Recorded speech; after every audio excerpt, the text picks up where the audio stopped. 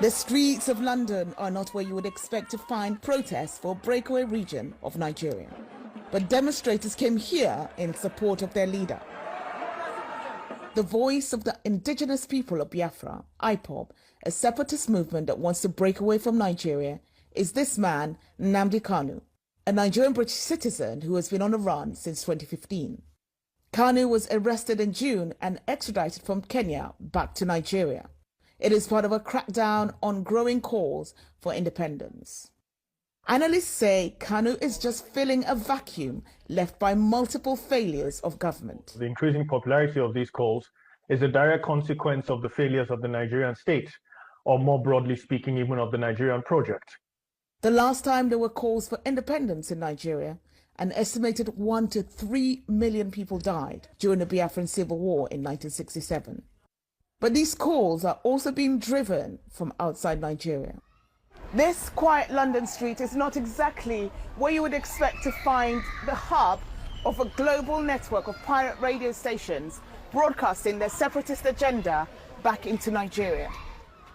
At the registered address, we meet Darlington Imo, Radio Biafra, a Kanu ally and Biafra sympathizer. Even with Kanu off the airwaves, his disciples remain committed to the cause. Do you think that Nnamdi's arrest, Mr. Kanu's arrest, means the end of the Biafran movement? Definitely not. If you kill one general, another general takes his place. Definitely not. Yes. Definitely not. We want the referendum. We are not asking for. We are asking for a referendum, which is a civilized thing to ask for. Analysts say that is a pipe dream.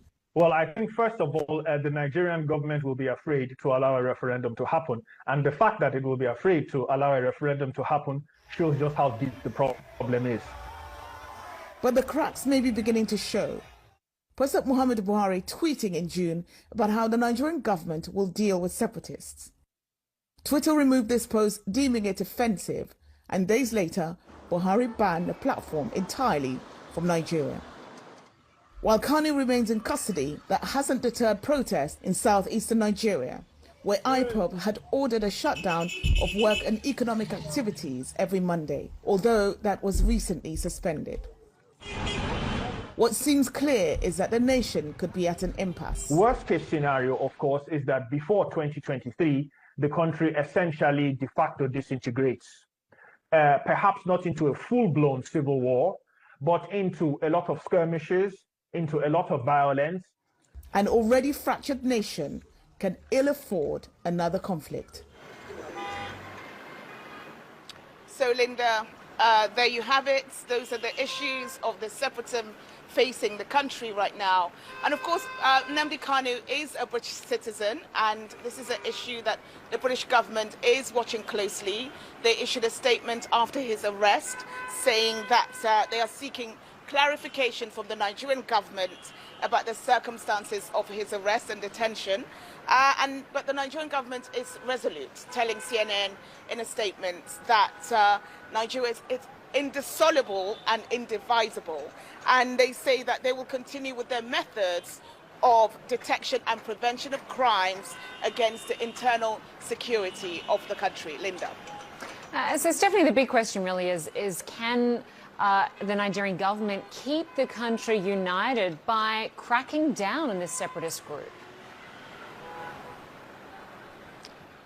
Well, analysts have been telling me that this is a tough issue for any leader to deal with, and not least in a country that's 4 times the size of the UK, with a population of over 200 million people. Nigerians always been divided, but seemingly so in recent years, and it's a country with very strong ethnic identities, and those ethnic identities are coming to fore more strongly than the national identity. So analysts are saying the leaders are caught between a rock and a hard place. They can't afford to ignore calls for separatism to break away from the country. They must do something. But the crackdowns are really creating more support for this movement, ironically, Linda.